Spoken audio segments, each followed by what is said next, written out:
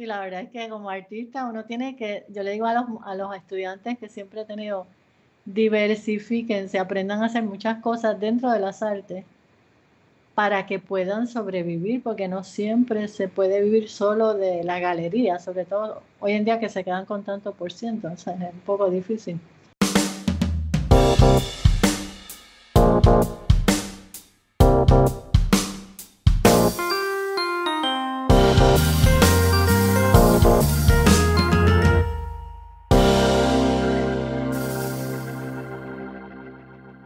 Hola amigos y amantes de la gráfica, bienvenidos al episodio número 44. Les habla su anfitrión, Reinaldo Gil Zambrano, trayéndoles una nueva conversación en español con artistas que usan el grabado y métodos de impresión para hacer algo más allá de lo esperado. Este es un podcast bilingüe y al suscribirte recibes notificaciones de los nuevos episodios semanales en inglés con Miranda Metcalf y en castellano con su servidor. Este y todos los días, demostrando que la gráfica está más viva que nunca. Hello Print Friend es traído a ustedes gracias a Speedball, que ha ofrecido un amplio rango de materiales de alta calidad para la práctica de la impresión desde 1997. Productos como Arnhem 1618, un papel de alta calidad y bajo costo, hecho en colaboración con una fábrica de papel cerca de la ciudad de Arnhem. Artistas y maestros impresores como nuestro editor Timothy Pausek lo usan frecuentemente para sus litografías, a su vez que Miles Calvert motiva a sus estudiantes a participar en la competencia anual de Speedball, Nuevas Impresiones. Así que si estás buscando un papel económico que aguante cualquiera de tus ideas en tinta, visita speedballart.com para que sepas dónde puedes ubicarlo y empezar de una vez tu nueva edición. En el programa de hoy estaré conversando con Polly Marichal, artista puertorriqueña creando obra en gráfica, pintura y cine experimental. Conversaremos sobre su infancia en Ponce, con una familia numerosa, y sus inicios en la gráfica de la mano del maestro Takeda. Sus viajes por España, Inglaterra y los Estados Unidos, que la llevaron a descubrir el cine experimental, combinando sus pasiones en dibujo, pintura, música y grabado, para así convertirse en pionera del mismo en su isla natal. Conversaremos sobre los desafíos e inspiraciones de pertenecer a la dinastía artística Marichal, y su deseo por abrirse en el mundo del arte creando un lenguaje visual propio.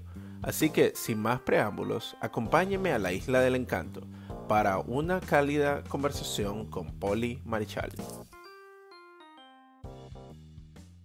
Después de vivir como 31 años en Los Ángeles, me mudé a Puerto Rico justo después del huracán María para ayudar un poco a mis hermanas con mi madre que ya tiene 95 años. 95 años. Sí, así que, y entonces decidimos mudarnos permanentemente acá, eh, porque nos dimos cuenta, mi esposo ya quería retirarse de la industria de cine, él trabajó muchos años allá en Los Ángeles en cine, y yo también hice muchos trabajos para la industria, y decidimos mudarnos porque acá hacía más falta a nivel familiar es nuestra presencia, ¿no? Y ya teníamos ganas de volver a Puerto Rico. Y entonces compramos una casa bastante vieja de 1936 y la hemos restaurado y aquí, no, aquí estamos ahora. Aquí tengo mi estudio y huerta y jardín y todo. Excelente, sí. Así que está bien, sí. Polly, y cuéntanos, ¿dónde naciste tú? Yo nací en Ponce, Puerto Rico. Ponce es la segunda ciudad más grande de Puerto Rico y queda al sur de la isla. Justo casi en el medio, al sur, en el medio. Pero en realidad mi familia vivía, mis abuelos, ¿no? Y mi madre pues se crió en Yauco, que es un pueblo cerca de Ponce, que es un pueblo cafetero, cafetalero, ¿no? Donde hay muchas haciendas cafetaleras, etcétera. Y allí fue donde me crié hasta los 3 años y medio o así, nos vinimos para San Juan. Mi padre era artista y él era refugiado, un refugiado español que salió de España durante la Guerra Civil Española, vivió un tiempo en México y de México vino a Puerto Rico, o sea, de México fue a Estados Unidos y desde ahí hasta Puerto Rico. Él enseñaba diseño teatral y era escenógrafo y también grabador muy bueno. Así que yo tuve esa influencia desde pequeña, ¿no? De mi padre que desde pequeñito nos daba clases de arte. Lo único es que él murió cuando yo tenía 14 años, así que tuve esa presencia toda mi infancia y parte de mi adolescencia, pero después ya no estuvo con nosotros. Pero me crié en un ambiente donde conocí mucho los grabadores puertorriqueños de la generación del 50 y pico, 60, todos eran muy amigos de mi papá. Así que desde pequeña pues vi mucho grabado. Hice mis primeros linoleos cuando tenía como 9 años o así. Ah, sí. Sí, bien así, no, imagina, era una niña, ¿no? Claro. Pero siempre pensé, y desde pequeña, o sea, sabía que quería ser artista, no, nunca hubo como una gran duda. Me encanta la historia, me encanta la literatura y la antropología y muchas otras cosas, pero me enfoqué siempre hacia las artes, sobre todo. ¿Y cuántos hermanos son ustedes? Somos 6, imagínate. Mi madre Wow. quedó viuda de 43 años con 6 niños, porque la mayor tenía 16 años y la menor 6. Wow. Así que fue un poco duro. Sí, claro. ¿Y cómo fue crecer con esos 5 hermanos y hermanas? Ay, súper bien. No, la verdad es que nos llevamos bien. Mi hermana mayor pues también se tiró para las artes. Ella es la directora del Museo de Antropología, Arte e Historia de la Universidad de Puerto Rico. Es curadora y pues de las personas que más sabe del arte en Puerto Rico. Mi hermana Tere es dramaturga y también escritora, ha escrito muchos cuentos infantiles, también se ha especializado mucho en la tradición oral y en promover la tradición oral en Puerto Rico. Y dibuja muy bien también, hace unos dibujos muy lindos para los libros que hace para niños y hace marionetas. Yo también hice marionetas un tiempo y teatro de sombras y cosas de esas. Wow. Y mi hermano Carly, ese se fue por los deportes y él es fisiólogo y da clases de fisiología en la Universidad de Puerto Rico. Eh, y se ha dedicado mucho pues a promover el deporte en Puerto Rico, a dar terapias, talleres para jóvenes que tienen ciertos talentos para, ya sea, qué sé yo, pista y campo, baloncesto, voleibol, todas esas cosas, ¿no? Y le da entrenamiento a muchos atletas en Puerto Rico, ha viajado con equipos de Puerto Rico por todos lados.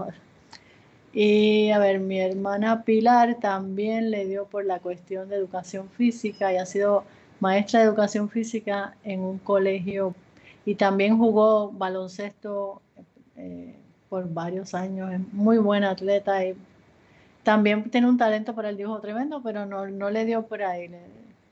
Y entonces mi hermana, la pequeña, estudió psicología y es profesora de psicología en la Universidad Interamericana. O sea, que todos más o menos se fueron por diferentes vertientes. Porque mi madre era muy atlética, mi mamá era actriz cuando era joven y Ajá.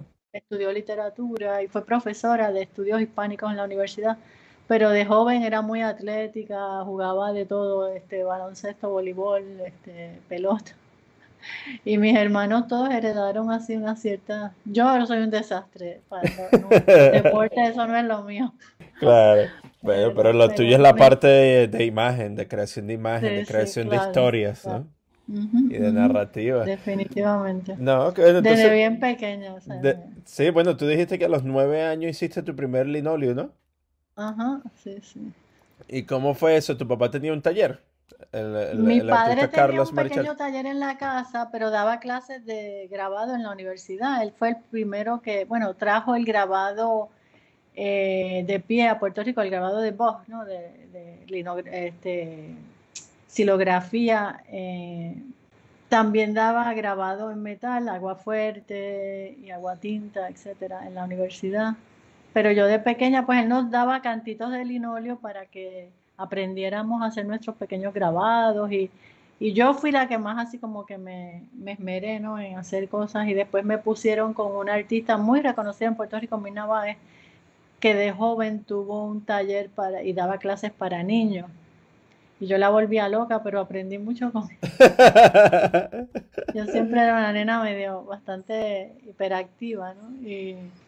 Y tenía mucha imaginación y me pasaba haciendo unos dibujos así, me encantaba hacer cosas basadas en la historia. Y una vez le hice un dibujo de un sacrificio azteca y ella por poco le da un infarto. Pues le dijo a mi mamá, esta niña tiene problemas. Ay, qué vacilón. Claro, sí, pues claro, porque tenías todas esas ideas, ¿no? Súper grandes en tu mente que Sí, querías sí. materializar. No, qué bueno. Ajá, Y ajá. entonces, y luego, o sea, empezaste de muy pequeña y fuiste, y tuviste tus primeras clases de impresión. Bueno, tú fuiste a la Escuela de Artes Plásticas en San Juan, ¿no? Sí, sí, en la Escuela de Artes Plásticas entré cuando tenía como 18 años, 17, 18 por ahí. Y estuve un año en la Escuela de Artes Plásticas y entonces me dieron una beca para estudiar en Barcelona, en la Escuela Massana de Barcelona. Y allí estuve, de hecho me fui con mi hermana Tere, que quería estudiar teatro, y las dos vivimos con mi beca, así que fue la beca más estirada del planeta, o sea, porque con mi beca pagábamos la matrícula de las dos y nuestros gastos, y yo empecé a trabajar en una editorial, la editorial Pareja en Barcelona, haciendo ilustraciones para subsanar un poco nuestros gastos, porque la verdad es que la beca no daba muy bien que digamos. Pero fue una experiencia bien buena. Estuve en Barcelona 2 años, porque la beca era por 2 años.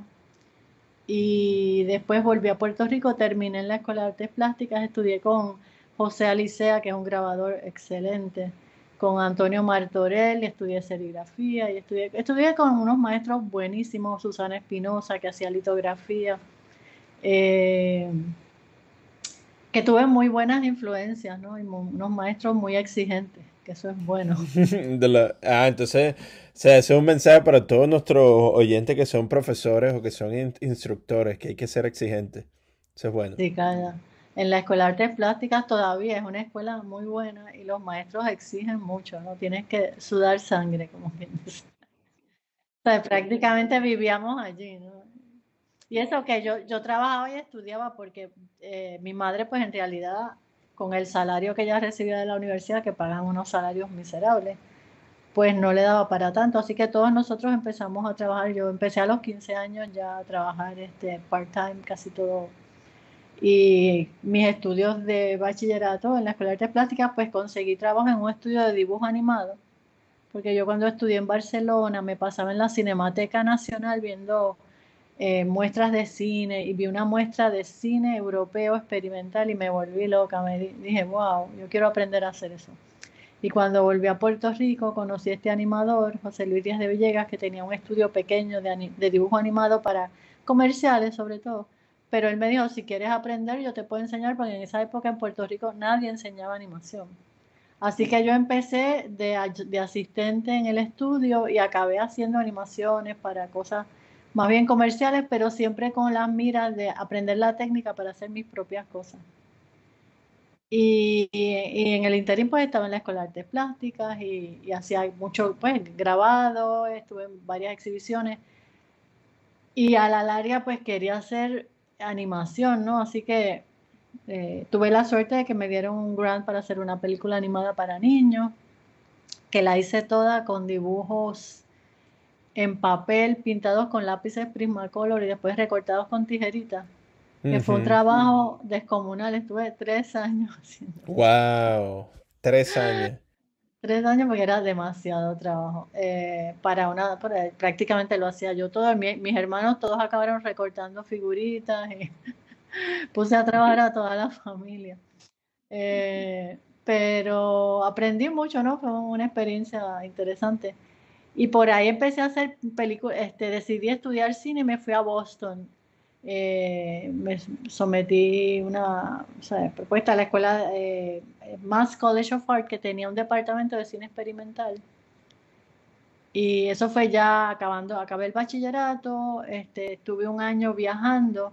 De hecho, estuve un año en Londres porque quería tener la experiencia de vivir allí y empaparme de todos esos museos y la cultura londinense. Y más bien por la cuestión de tener acceso a todo eso, porque allá los museos son prácticamente en esa época, yo no sé ahora, pero eran gratuitos, así que yo me pasaba en el Museo Británico, en el Victorian Albert Museum, y trabajaba en una pensión de estudiantes, o sea, que yo siempre trabajé y estudié por necesidad, ¿no?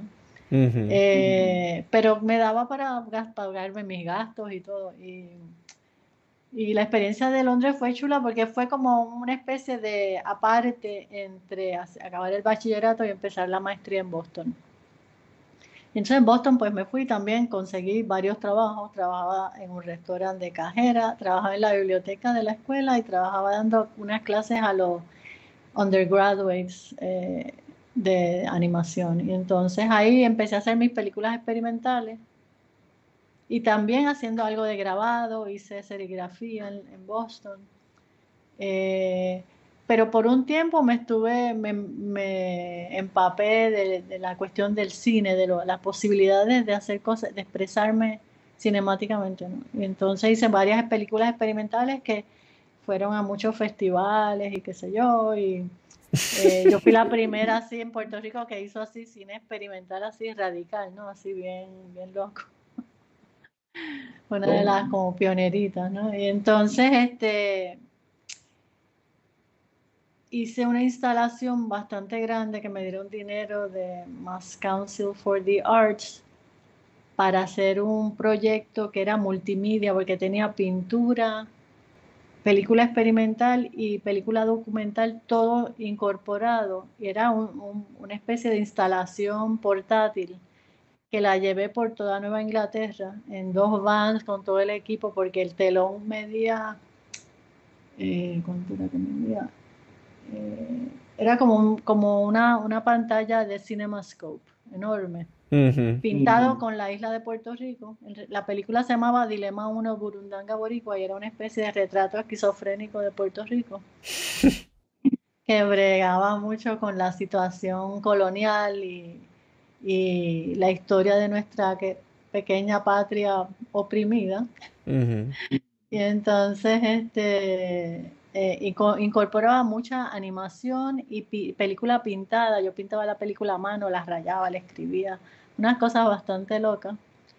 Y justo empezando ese proyecto es que conozco al que es ahora mi esposo, Ricardo Méndez Mata, que trabaja en la industria de cine acá en Los Ángeles, digo. Y acabamos casándonos y nos mudamos enseguida, a los 7 meses ya estábamos. Y nos mudamos para Los Ángeles y yo allá no conocía absolutamente a nadie. Así que tuve que empezar de cero, ¿no? Después de haber tenido en Puerto Rico, pues ya, pues exhibía en galerías, estaba muy conectada con el mundo del arte, etcétera. De pronto me encontré en Los Ángeles para empezar de cero, pero nada, era joven y tenía mucha energía, así que... Y en Los Wow. Ángeles fue que me conecté con Self-Help Graphics and Art, Ujú. porque necesitaba tener un espacio para hacer grabado, que vivíamos primero en un apartamentito pequeñito, que yo hacía grabados impresos a mano y los ponía a secar en el piso y era bastante incómodo. Y te conocí a este artista, Sam Barai, que era del board de eh, Self-Help Graphics and Art, y él me dijo, ¿por qué no vas a Self-Help y hablas con Sister Karen, que fue la fundadora? No sé si sabes la historia de Self-Help Graphics, lo fundó esta monja revolucionaria con Ujú. varios otros artistas chicanos, y primero tenían una van y llevaban el arte a las comunidades. Y después consiguieron un espacio y por ahí siguieron, ¿no? Y Self-Help hoy en día es uno de los centros de arte más importantes, así de arte latino, chicano, en Estados Unidos, de hecho. Bueno, pues la cuestión es que empecé a ir a Self-Help para hacer mis trabajos y ahí otra vez volví a retomar el grabado. Como no tenía facilidades para hacer cine per se, hice algunas cositas para la industria de cine, pero eran cosas muy así boberías como unos inserts animados y cosas así, ¿no? Y también hice muchos storyboards para ganarme la vida. O sea, estaba buscándomelas como quien dice, ¿no? Pero en self-help, sí, la verdad es que como artista uno tiene que, yo le digo a los estudiantes que siempre he tenido, diversifíquense, aprendan a hacer muchas cosas dentro de las artes para que puedan sobrevivir, porque no siempre se puede vivir solo de la galería, sobre todo hoy en día que se quedan con tanto por ciento, o sea, es un poco difícil. Pues en Self-Help empecé otra vez a hacer grabado, hice varios trabajos en serigrafía, monoprint serigráfico, grabado en metal, grabado en linóleo, en madera. Participé en muchísimas exhibiciones en Los Ángeles. Y también nos compramos la primera computadora así, y yo empecé a usar la computadora para dibujar, para aprender cómo se podían. Y poquito a poco, como ha ido mejorando la tecnología digital, encontré varios programas, sobre todo uno que se llama Mojo Animation, que es para hacer animación digital, en donde tú le creas un esqueleto al- al- a la figura que quieras animar, ¿no? Y yo me di cuenta, espera, yo puedo coger, importar mis grabados y hacerles un esqueleto y animarlos. Así que empecé a desarrollar una serie de películas, que todavía lo estoy haciendo, ¿no? Una serie de películas animadas, incorporando mis grabados, y como mis grabados todos tienen como ciertas temáticas, pues empecé a hacer grabados que seguían como una línea visual, que lo que hacían era como expandir el mensaje del grabado inicial, y al incorporarlo a otros grabados, pues vas creando una especie de stream of consciousness. Es como una narrativa donde no hay protagonistas ni hay nada, porque no hay una historia per se, sino es como si tuvieras un sueño en donde todo se está moviendo y te va diciendo unas cosas, ¿no? Y pues eso me encantó. Entonces me di cuenta que también podía usar GarageBand para hacer pistas sonoras. Así que empecé a experimentar con GarageBand, y estaba haciendo las pistas sonoras de todas mis peliculitas animadas, incorporando los grabados, ¿no? Y he seguido pues haciendo grabados, además, ¿no? Y entonces los grabados toman otra vida en mis películas, pero tienen esas dos vertientes, ¿no? La cosa del grabado visual en papel, etcétera, y el grabado usado dentro de un medio virtual. Y me encanta porque estoy como, te da más oportunidad también de llevar los grabados a diferentes sitios. Las peliculitas, pues tú las puedes poner en un pendrive y las llevas a cualquier sitio, ¿no? Y me ha abierto otro campo, ¿no? Es como que puedo experimentar más todavía. Wow. No, eso ha sido una trayectoria increíble. O sea, empezar desde el grabado a irte hacia la parte de la animación, del dibujo, del cine, viajar por el mundo, caer en lo que sería la meca de las películas en Estados Unidos, en Los Ángeles En Los Ángeles fue chulo, sí, aprendí mucho viviendo allá. Sí. Ujú. Pero cuéntanos, o sea, ¿qué tiene el grabado que te atrae tanto, o sea, que te llama luego de pasar por todas esas diferentes vertientes audiovisuales que tú estabas haciendo? Pues a mí lo que siempre me ha gustado del grabado, en primer lugar, que es difícil. Y me gustan las cosas difíciles, a mí no me gustan las cosas que se te dan muy fácil. El grabado tiene esa cosa artesanal, ¿no? De tallar y sacar de la nada algo, o sea, de un trozo de madera o linóleo o PVC o lo que sea, porque yo uso montones de materiales diferentes. Encontrar la forma más idónea de plasmar una imagen tallándola, y buscando que la talla sea también como una especie de, es como si fueran notas musicales en realidad cuando uno talla, porque según la herramienta que tú usas, vas creando unos patrones, unas cosas, unos puntitos, a veces son triangulitos, a veces vas creando como una sinfonía visual de cortes, ¿no? Y esos cortes le dan una belleza increíble a las imágenes. Y para mí eso es como una magia, ¿no? Es como, además me encanta tener muchas gubias, me encanta comprar gubias. Este, tengo mis gubias favoritas, que son como si fueran unas extensiones de mi cerebro, ¿no? Esas gubias se ponen a trabajar, y es como uno entra, como yo digo, in the zone, uno entra como en una zona, es como si uno estuviera en trance, ¿no? Cuando uno está tallando. No sé si a ti te pasa, yo creo que a todos nos pasa, a todos los Sí, que claro. hacemos grabados, que tú entras en ese trance y te da como, es como, a mí me da a veces te da trabajo, porque a veces, por ejemplo, una madera con una fibra fuerte, pues estás ahí luchando contra y buscándole la vuelta a la fibra para que te dé lo que tú quieras, etcétera. Pero hay como Un Como una... placer Sí. físico, visual, mental, espiritual. El mismo hecho de trabajar con, al tallar, tú ves toda la viruta que sale y la viruta misma se ve bonita, ¿sabes? Yo a veces digo, voy a hacer una instalación que use toda la viruta de los grabados como parte de la exhibición, ¿no? Ujú. Porque hay como una belleza, ¿no? La pintura yo pinto también, ¿no? Porque no es que no pinte, pinto y me gusta la pintura mucho, pero el grabado me da un placer físico, así es como que no, y también tienes la posibilidad de hacer variaciones dentro de la misma impresión. Yo hago mucho, por ejemplo, yo no hago ediciones muy grandes a menos que me las pidan. Por lo general en Self-Help, pues sí, porque había que hacer ediciones de 70 y pico de grabados, etcétera, Mm. ¿no? Pero por lo general yo en mi estudio mantengo las ediciones pequeñas, porque yo lo que hago es que hago la placa, hago una edición y después esa misma placa la sigo usando de diferentes formas, combinándola con monotipia, imprimiéndola en diferentes tintas, usando las sombras o sea, el ghost. Entonces el grabado no se queda simplemente en edición, porque yo creo que eso limita, o sea, a mí yo creo que a veces una imagen te pide que tú la lleves al máximo hasta donde te lleve, ¿no? Y entonces, pues mis grabados siguen dando vueltas y aparecen en otros grabados, incorporo un trocito de un grabado, y así, ¿no?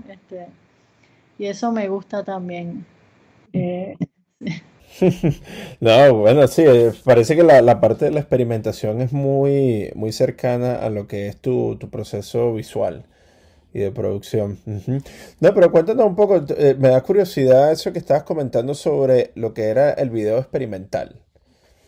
Cuéntanos sobre eso, cómo, o sea, ya nos dijiste cómo llegaste tú a ello, pero no existía muchísima influencia dentro del contexto donde tú vivías, que no, es en Puerto Puerto Rico. Rico, Ujú. ¿Y cómo llegaste tú a desarrollar ese amor por ello? Y qué fue, cuáles son algunas de esas experiencias memorables del proceso creativo que tuviste con el video? bueno, yo,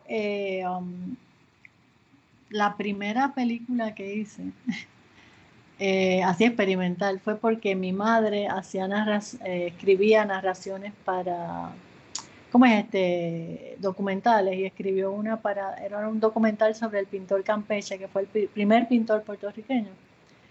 Y cuando yo me encantaba el cine, a pesar de que no sabía nada, yo iba con ella a ayudarla y lo hacíamos todo viendo el pietaje en una moviola de las que ya no se usan, ya están todas descontinuadas. Pues yo aprendí a usar la moviola y vi unos sobrantes de película transparente que había en el piso, Ujú. después de haber editado el director, y yo le dije, wow, yo podría llevarme eso, y él me dijo, mira, si quieres dibújale y lo puedes ver en la moviola, y yo dije, wow, así que me puse a dibujar en 35 milímetros con unos Wow. rotuladores y entonces lo pasaba por la moviola y yo decía, oye, qué chulo se ve porque era como brincando todos los palitos y las cositas que yo decía. Y entonces como que por ahí me empezó muchísimo el interés por el cine. En Puerto Rico nadie estaba haciendo cine experimental, lo más que se hacía era comerciales, documentales y una que otra película, pero muy poco. Y cuando fui a España, a la Cinemateca Nacional, ahí fue que vi películas bien experimentales, que lo mismo pintaban la película, que se veía que era película pintada a mano, ¿no? No era. Ujú. Y yo dije, oye, pero, vi también algunos animadores que usaban dibujos usaban el dibujo y lo cortaban en trocitos y lo animaban como si fuera, o sea, en recortes, ¿no? Y yo vi, wow, todo esto se puede hacer y yo no sabía que se podía hacer. Así que cuando decidí estudiar en Boston, ya iba con la idea de hacer pintar en película, etcétera. Y entonces tuve un maestro, Saul Levine, que es uno de los cineastas así de cine experimental norteamericano bastante reconocidos, ¿no? Y Saul eh, me dio varios libros de animadores que hacían pintura, o sea, como Norman McLaren, etcétera, que pintaban directo en la película.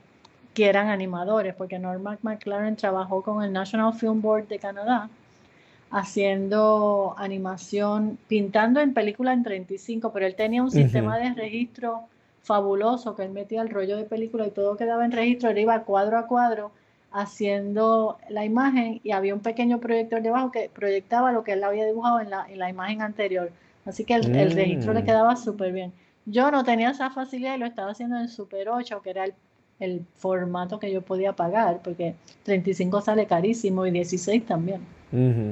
Así que empecé a usar películas de Super 8. Entonces lo que hacía era filmaba cosas, me iba por ahí, filmaba cositas y después les dibujaba, las borraba un poco con Clorox. Un poco así como diluía el Clorox en agua y según tú usas el Clorox vas lavando la emulsión y la emulsión tiene 3 capas, la emulsión de Kodachrome, sobre todo, que era lo más que yo usaba. Tiene la emulsión azul, la roja y la amarilla, que es la última. Entonces tú vas lavando la emulsión y la vas raspando y vas viendo qué es lo que queda. Así que podías controlar un poco. Entonces le escribía con tinta china, que cuando se secaba quedaba como toda cracked, así como craqueada, ¿no? Como, Con y grietas de cuestión. entonces usaba cuchillas exacto para grabarla y también buriles de madera, de esos, de los más finititos, los usaba para raspar la imagen. Y entonces, pues estaba en una película, hice una que se llama Underwater Blues, que la han pasado por un montón de sitios, que estuve como 3 meses. Yo imagino, yo trabajaba todo, o sea, trabajaba, enseñaba y trabajaba en un restaurante. Cuando yo salía, me sentaba en mi pequeña cajita de luz que la hice yo misma, con mis peliculitas Super 8 en un rollito y la iba sacando y pegando con tape, iba dibujando en cada cuadrito. Y estuve 3 meses o más haciendo esa película. Y hice unas cuantas así en Boston. Y después fueron a festivales y les fue muy bien, ganaron sus premios y sus cosas y qué sé yo. Pero para mí era como, a pesar de la adversidad de no tener todo el equipo que me hubiera gustado tener, etcétera, me di cuenta que sí se podía, ¿no? Que eso no era una limitación tan grande. Sí, y me parece muy bien que cuentes sobre eso, porque pareciera que muchas veces encontramos eso como una excusa, ¿no? Para el proceso creativo, de que no tenemos los materiales, ni el tiempo, ni la oportunidad de hacer algo. Sí. Pero tú o sea, lo hiciste posible con todos los recursos que tenías a la mano. Sí, la historia de mi vida ha sido cómo hacer las cosas sin tener todo lo que yo quisiera. Yo creo que cuando mejor estuve fue cuando fui a Estados Unidos, a Los Ángeles, porque en Los Ángeles hay muchos estudios pequeños que te alquilan equipo y hice 2 o 3 cositas en 16 milímetros y era alquilando un estudio, ¿no? Cuando hice Dilema 1 Burundanga Boricua, que la acabé en Estados Unidos porque me fui justo antes, ya había tirado todo el pietaje. Y entonces estuve el primer año que yo viví en Los Ángeles prácticamente trabajando en esa película sin parar porque hice mucha película pintada en Super 8, más también hice un montón de animaciones en acuarela y en diferentes técnicas, lápices a colores, etcétera. Y todo eso lo filmé en 16 milímetros porque quedaba un poquito mejor, ¿no? Y el registro quedaba mucho mejor.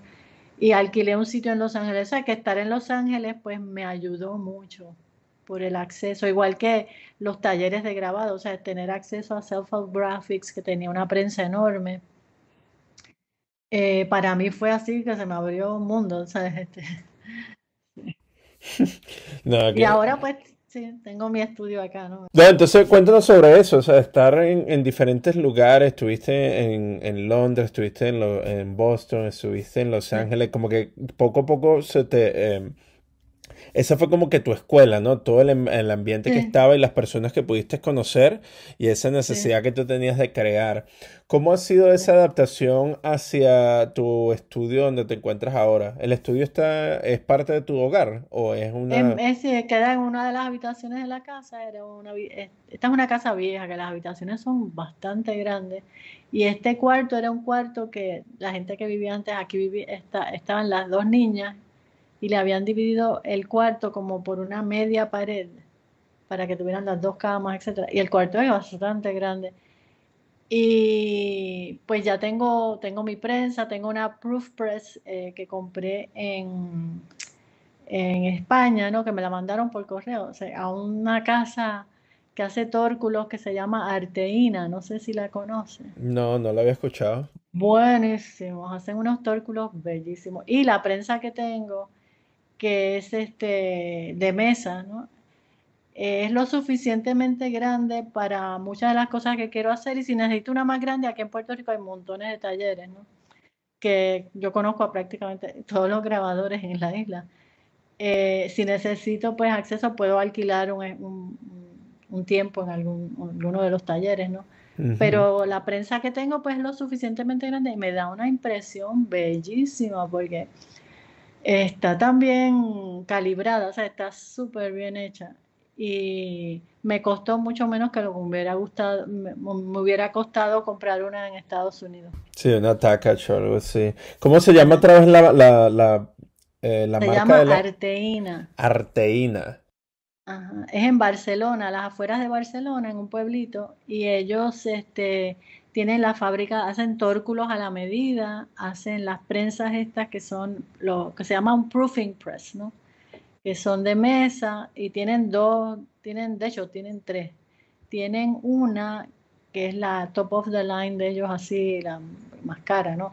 Que tú puedes subir y bajar el rodillo. La mía es la segunda, que yo en realidad con lo que yo puedo usar, o sea, subo la placa usando cartones o lo que sea y me funciona súper bien.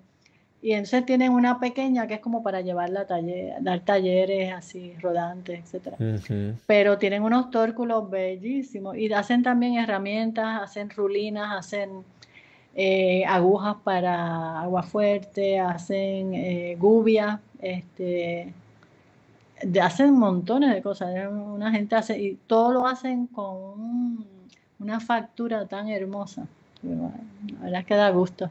No, eso está bueno saber, porque una de las grandes cosas que a mí me encanta de tener estas conversaciones es que cuando hablamos con tanta gente de alrededor del mundo es que nos dicen, ¿no? De todas estas posibilidades que existen para materiales, diferentes Sí. empresas que hacen el trabajo, que crean tórculos, que crean papel, que crean Ajá, ajá. herramientas. Porque aquí en los Estados Unidos es un poquito más limitado, ¿no? Que si Sí, Taka, sí. Charles Brand. O sea, no es Ajá. limitado, o sea, existen varias marcas, pero esas son las únicas que Sí. uno ve por aquí. No se ve otro Ujú. de Y afuera. son caras, son Sí, bastante caras. muy, muy costosa. Pero Ah. bueno, entonces, claro, entonces ahora estás en Puerto Rico. Cuéntame un poco sobre la movida de la gráfica y del grabado en Puerto Rico. ¿Cómo? Me dijiste que hay Bueno, montones de estudios, ¿no? sí, Puerto Rico desde los años 50, que fue cuando la gráfica en Puerto Rico tomó mucho auge, ha tenido una tradición desde entonces impresionante. O sea, Lorenzo Mar, Tufiño, son grabadores así de la primera generación que fueron maestros, fueron maestros de muchos. Yo a Tufiño lo conocía porque era muy amigo de mi papá y era un señor, tremenda persona, que daba cátedra en un bar que se llamaba Los Hijos de Borinquen, en el Ujú. viejo San Juan, cerca de la Escuela de Artes Plásticas, y todos nosotros salíamos de la escuela y nos íbamos a Los Hijos de Borinquen y nos tomábamos un café o una cerveza y nos sentábamos con Tufiño, que era un hombre que tenía un talento para la narración algo serio. Y nos Mm. daba clases, él nos hablaba de su vida, de su vida como artista, era un tremendo grabador y pintor. Lorenzo Mar también era uno de los grandes grabadores puertorriqueños, que era de las personas más disciplinadas que yo he conocido en mi vida. Y hablar con él era una delicia porque sabía tanto de todo, de grabado, de música, era un fanático de la música, del jazz, etcétera. Era un hombre que te enriquecía hablar con él, ¿entiendes? Mirna Báez, que era tremenda grabadora, pintora. O sea, que había toda una generación de artistas buenísimos. Y ahora mismo, por ejemplo, en Puerto Rico pasó algo medio penoso, como en la década del 80 o así, que empezaron a decir que el grabado en Puerto Rico no se daba bien porque le daba hongo a los papeles, etcétera. Y lo que estaba pasando mucho es que a la hora de montarlos usaban masking tape.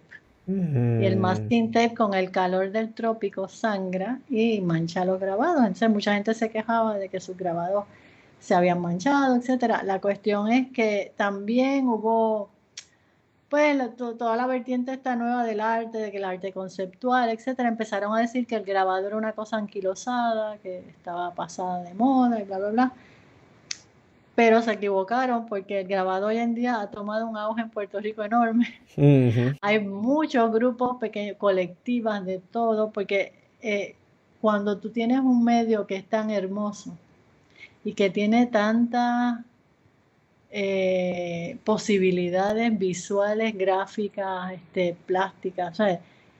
Tú no puedes enterrarlo, o sea, es imposible. Así que se equivocaron y ahora mismo está otra vez tomando auge. Yo soy miembro de un grupo que se llama la Jornada del Grabado Puertorriqueño, que tuvimos hace poco en el Museo de las Américas, tuvimos una exhibición que se llama Isla Pirata, que es de estandartes grandes, ¿no? Eran estandartes de 6 pies, 5 pies de largo, por 3, 4 pies de ancho. Y algunos más grandes y otros más pequeños, pero en general bastante grandecitos, que llenamos toda la galería del museo con todos los estandartes y el tema era la situación actual de Puerto Rico, ¿no? Vista desde el punto de vista artístico, ¿no? No eran unas pancartas de propaganda, sino más bien unas cosas más subjetivas de cómo los artistas veían la crisis actual de Puerto Rico, que tenemos una crisis fiscal horrorosa y un gobierno súper corrupto. O sea, es bastante triste. Y la exhibición tuvo muy buena acogida. Ahora vamos a llevar la exhibición a la isla Vieques, que es una de las islas de Puerto Rico, porque Puerto Rico no es una isla, es un archipiélago y tiene Vieques, que es la segunda isla más grande, Culebra, la isla de Mona, que es una isla que está protegida por el Departamento de Recursos Naturales y donde todavía existe bastante flora autóctona, así sin, o sea, es una isla que está protegida porque tiene iguanas puertorriqueñas, que ya es solo donde existen. Las iguanas puertorriqueñas se extinguieron en la Isla Grande. Pero pues vamos a Vieques y vamos a exhibir en el Fortín del Conde de Mirasol, que es un fuerte español precioso y tiene una sala de exhibición que lo restauraron y es una maravilla. Así que vamos a tener la exhibición allá también. El Museo de las Américas también es un edificio colonial del siglo XVIII, que es enorme y precioso y siempre ha apoyado mucho las artes, ¿no? Es uno de estos museos que son muy solidarios con los artistas locales. Eh, pues nada, este grupo de Wow, grabado excelente. lleva una trayectoria muy buena, muy prolífica, ¿no? Sí, ¿no? Y está bien porque me gusta esa frase que tú dices que, o sea, no estaba muerto, sino que está más vivo que nunca el grabado, sobre todo en Puerto Rico. Porque no, usted está familiarizada con lo que sería Southern Graphic International. Sí, de hecho yo participé, aunque no pude ir, ¿no? Porque no tenía mucho trabajo en Los Ángeles, pero participé en la muestra que hubo en Portland con una de las películas animadas, con una que se llama Corazón Errante, una película animada que usó muchos de los grabados. Y estuvo en esa muestra, después participé cuando estuvo ¿dónde fue? En Houston fue, o La última. ajá, La ulti- no la última, una de las anteriores que fue Dallas. en Texas, en Dallas. Ujú. Sí, pues ahí exhibieron una película que yo hice, porque yo he seguido haciendo de vez en cuando también películas. Mi esposo y yo hicimos un largometraje hace muchos años, aquí en Puerto Rico y lo exhibimos en un montón de sitios. Pues en Los Ángeles hice un documental sobre 6 grabadores de Los Angeles Printmaking Society, que todavía soy miembro. Entre los que estaba Camila Taylor, de hecho, que vi que ella participó. Pues a mí me encanta el trabajo de Camila y somos amigas, ¿no? Pues yo escogí 6 de los artistas porque lo que quería era que fuera como una especie de muestrario de todo lo que se puede hacer en grabado. Y entonces, no sé si conoces a Dirk Hagner. sí, que hace reducción en linóleo, Sí. ¿cómo es? Dirk Hackner, no, Dave Leffner. ¿Lo conoces a Dave? Dirk Hackner es el alemán, ¿no? Él hace grabado en madera y grabado en metal. Pero Dave Leffner, ¿lo Mm, conoces? ya, pero no me suena. Creo que si veo el trabajo, déjeme ver. Él hace reducción Ah, en sí, linóleo, claro. hace unas cosas increíbles. Sí, que él se basa, hace las piezas alegóricas al neón, Ajá, al sí, neón y a sí, las sí, señales, sí. sí, Ujú. sí, sí. Bueno, pues salen Camila Taylor, escogí 3 hombres y 3 mujeres. Y Kimiko, eh, ay Dios mío, ¿cómo es que se llama? Bueno, la cuestión es que esa película se exhibió en Dallas, ¿no? Es una película que dura 1 hora y a cada artista, eran 6 artistas, cada artista le dio una sección, todo, de 10 minutos, en donde cada artista es el que narra su parte. A través de las entrevistas, yo los entrevisté, ellos salen hablando, entonces fui cortando a los grabados, etcétera. Y yo le hice la música también, y quedó de lo más chulo y pues lo estaba exhibiendo, lo he exhibido aquí en Puerto Rico, estuvo en el Goethe Foundation en Los Ángeles, ha estado en un montón de lugares exhibiéndose, ¿no? Claro, cuéntanos el nombre de ese largometraje, cortometraje. Se llama Six Printmakers Breaking the Mold.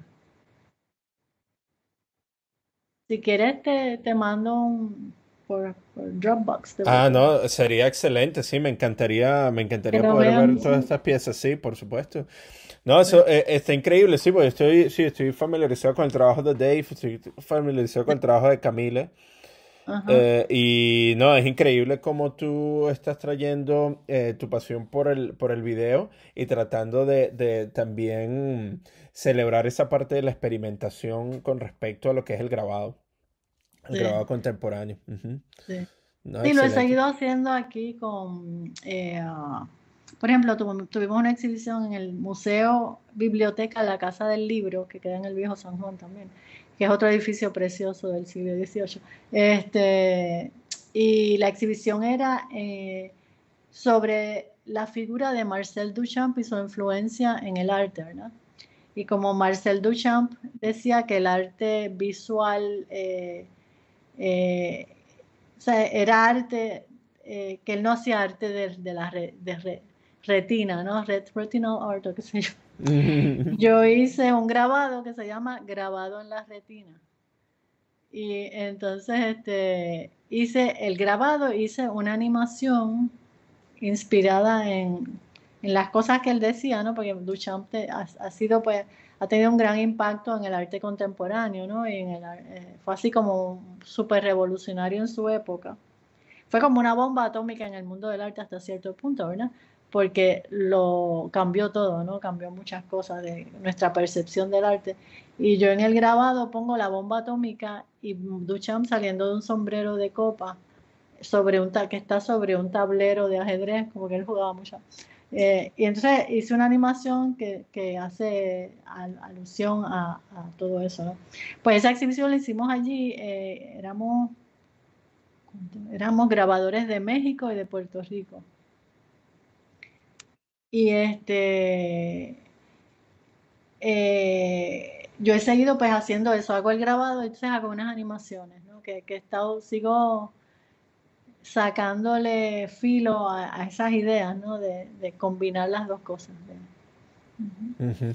Sí, y la razón por la que te comento sobre Southern Graphic International, bueno, primero que nada, la Ajá, primera vez que yo fui a esa conferencia fue en Portland, donde tú ajá, dices, donde tú tuviste esa pieza en exhibición, ajá, pero se estaba planeando durante antes de que pasara lo de la pandemia, sí, que Puerto Rico fuera la sede de una de sí, la lo sé. Ujú, exacto, sí. Entonces Ajá. no sé si podrías comentarnos un poco sobre cuáles son tus impresiones sobre eso Sí. y qué depara Puerto Rico para una conferencia así internacional.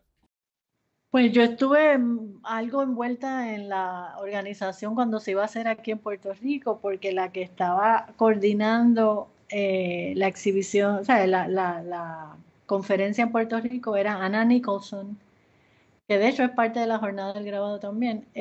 Y Ana nos pidió pues ayuda, ¿sabes? Estábamos, porque era un montón de trabajo que había que hacer, ¿no?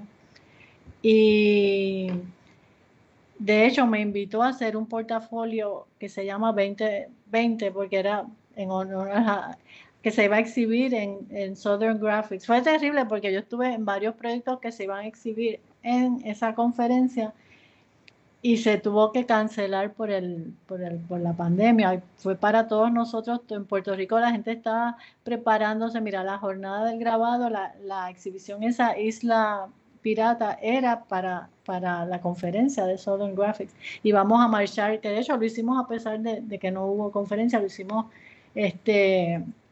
el año pasado, a finales del año, fuimos y marchamos por todo el Viejo San Juan con los estandartes, después los llevamos al museo y fue de lo más chulo. Yo iba a participar en, qué sé yo, como 3 portafolios y una exhibición. Y vamos a hacer otra exhibición también en el Centro para el Grabado y las Artes del Libro, que fue un grupo que existió, fundado por Consuelo Gotay, que es una de nuestras grabadoras, así, una maestra del grabado. Y Consuelo iba a hacer una exhibición para Southern Graphics también en ese espacio, pero pues pasaron muchas cosas, vinieron las elecciones, cambió el partido y el partido de derecha cerró el centro, porque estaba en ¿Qué? un edificio del gobierno, sí, y tuvo que No. sacar todas las prensas, todo. Fue un desastre. O sea que para nosotros acá, la pandemia fue un desastre a muchos niveles porque todos teníamos exhibiciones pautadas, todo se fue a pique. Y ha sido bien difícil, ¿no? Para todos, ¿no? Hemos tenido que pues, usar los medios virtuales, ¿no? Y hacer muchas cosas por Zoom. He participado en varias exhibiciones por Zoom, pero no es lo mismo, ¿no? Y ahora estamos otra vez recuperándonos, ¿no? Poco a poco. Ujú. Sí, Pero sí, wow. No, increíble que una institución, que el gobierno cierre espacios así que son destinados el desarrollo del arte, ¿no? Que trae sí, tanta no, era un gente, taller tanta comunidad. precioso. ¿Y qué pasó con ese equipo? ¿Qué planes se Está en tienen? la casa de ella, ya se lo llevó todo para su casa. Con mira a ver si algún día, lo que pasa es que ella ya tiene 70 y pico de años, ¿no? Y entonces estaba diciendo, pues vamos a ver cómo hacemos. Eh, y de hecho yo estaba hablando con la directora de la jornada del grabado, que es otra grabadora muy conocida aquí, Ada Rosa Rivera, porque la verdad es que es increíble que Puerto Rico, que tiene una tradición de grabado tan grande, no tenga un museo dedicado al grabado.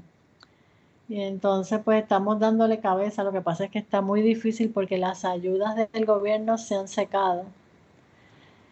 Estamos pasando por bueno, no sé si sabes lo de la crisis de Puerto Rico, que vino una junta nombrada por Washington a controlar las finanzas de Puerto Rico por la quiebra del gobierno. Y es que aquí hubo un gobierno, de hecho uno no, varios gobiernos sucesivos que lo único que hicieron fue robarle al pueblo, robarle las arcas, meter a Puerto Rico en una deuda impagable. Y entonces todo se ha afectado, las artes, la educación, o sea, estamos pasando por una época bien crítica, que por un lado es horrible, por otro lado, nosotros, yo creo que los artistas en específico, hasta usamos las crisis para nuestra obra, ¿no? Para inspirarnos y Exacto. protestar, Ujú. ¿no? Y poder, pero pero sí, estamos pasando por una época bien difícil. Lo que pasa es que la gente aquí no se da por vencida. Y si el gobierno no ayuda, todo el mundo hace como quien dice una colecta y montan una exhibición. O sea, no han podido pararnos a pesar de todo. Que por ese Exactamente. lado, pues, sí, sí. Claro, que es el espíritu de la gente en Puerto Rico, ¿no? Siempre ha sido esa fuerza de resiliencia, de, Sí, ¿sabes? De salir adelante a pesar de las adversidades, a pesar sí. de toda la realidad política, ¿no? Que ha existido en esa isla por tanto tiempo. Y bueno, y Ujú, eso hace que tantas cosas buenas salgan de ahí, ¿no? El trabajo gráfico, el trabajo muralista, la sí, música, sí. el cine. Entonces es, Eso es una de esas cuestiones que siempre he tenido sumamente en mente con respecto a Puerto Rico, que es esa fuerza inatrapable, ¿no? Inamovible hacia crear por medio de además de todas las dificultades. Entonces, sí, le agradezco muchísimo por compartir con nosotros ese Ay, espacio y conversarnos un poco sobre esto. No, y esperamos porque tú sabes que por medio de este programa hemos tenido la oportunidad de conocer muchísimos buenos artistas y ver las cosas increíbles que están haciendo. Y me encantaría ahora que ya nos cuentes sobre la jornada del grabado puertorriqueño, sobre las ujú, ujú. diferentes iniciativas que ustedes están haciendo. Me encantaría saber mucho más, ¿no? Y sobre Ok, todo vale. llegar y conocerla. Entonces me agrada que podamos hacer ese intercambio posiblemente también. Sí, a ver si algún día hacemos un intercambio que vengan acá y exhibir y hacemos algo, nos inventamos algo. Sí, no, sería lindo poder llegarnos allá y hacer un documental sobre toda Ajá, la vida gráfica de Puerto sí, Rico. Sí, no, sí. bueno, pero antes de irnos, Poli, si Ajá. puedes, si te puedo pedir que nos regales ¿qué le aconsejarías a las futuras generaciones que están buscando adentrarse dentro de la parte creativa y gráfica? Yo creo que lo más importante para un artista, ¿sabes? Para un joven artista que está buscándose es trabajar mucho, leer mucho. Yo creo que hoy en día dibujar mucho. Yo creo que hoy en día, por ejemplo, dicen, no, no hace falta saber dibujar o esto o lo otro. Yo creo que es imprescindible porque el dibujo es el esqueleto, es donde las ideas se desarrollan, donde uno pule un poco las imágenes, ¿no? Hoy en día, pues con la cuestión virtual, con tener tantos programas que te facilitan crear imágenes, ¿no?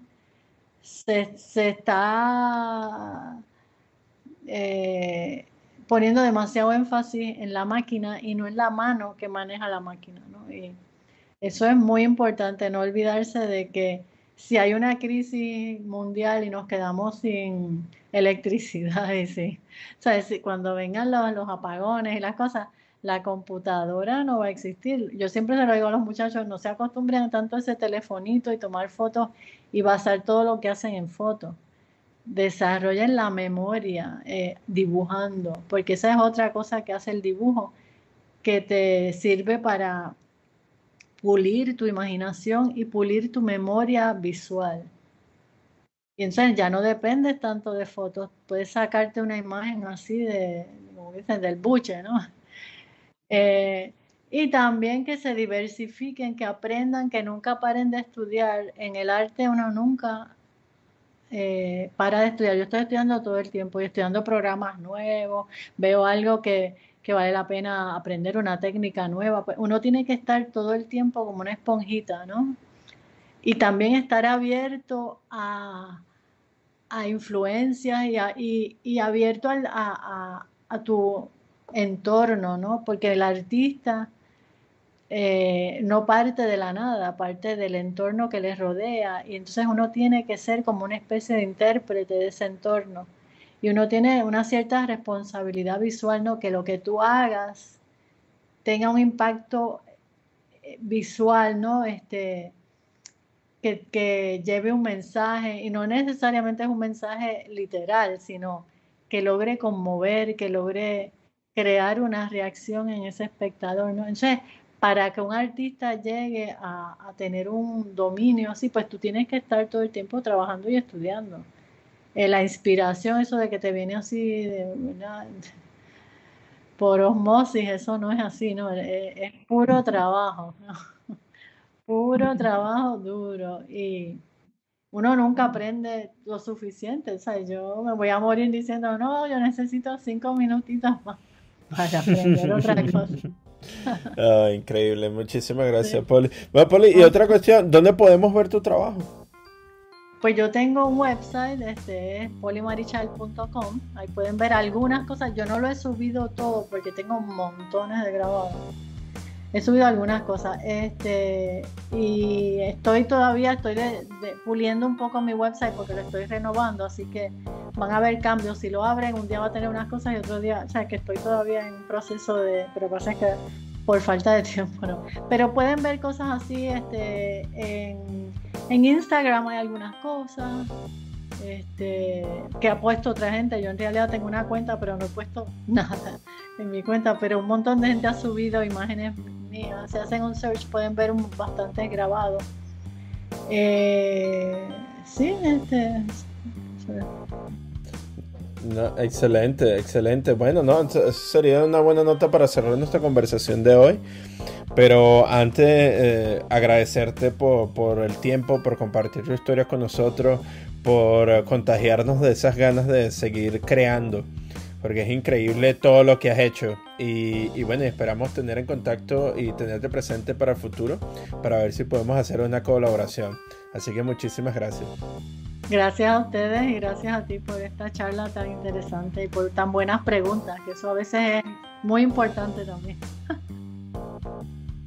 Bueno, esta fue nuestra conversación del día. Acompáñanos la siguiente semana cuando estaremos conversando con un nuevo invitado especial. Este episodio fue escrito y editado por mí, Reinaldo Gil Zambrano, producido por Miranda Metcalf, con ayuda de Timothy Pause y música de Joshua Weber. Mil gracias y hasta la próxima.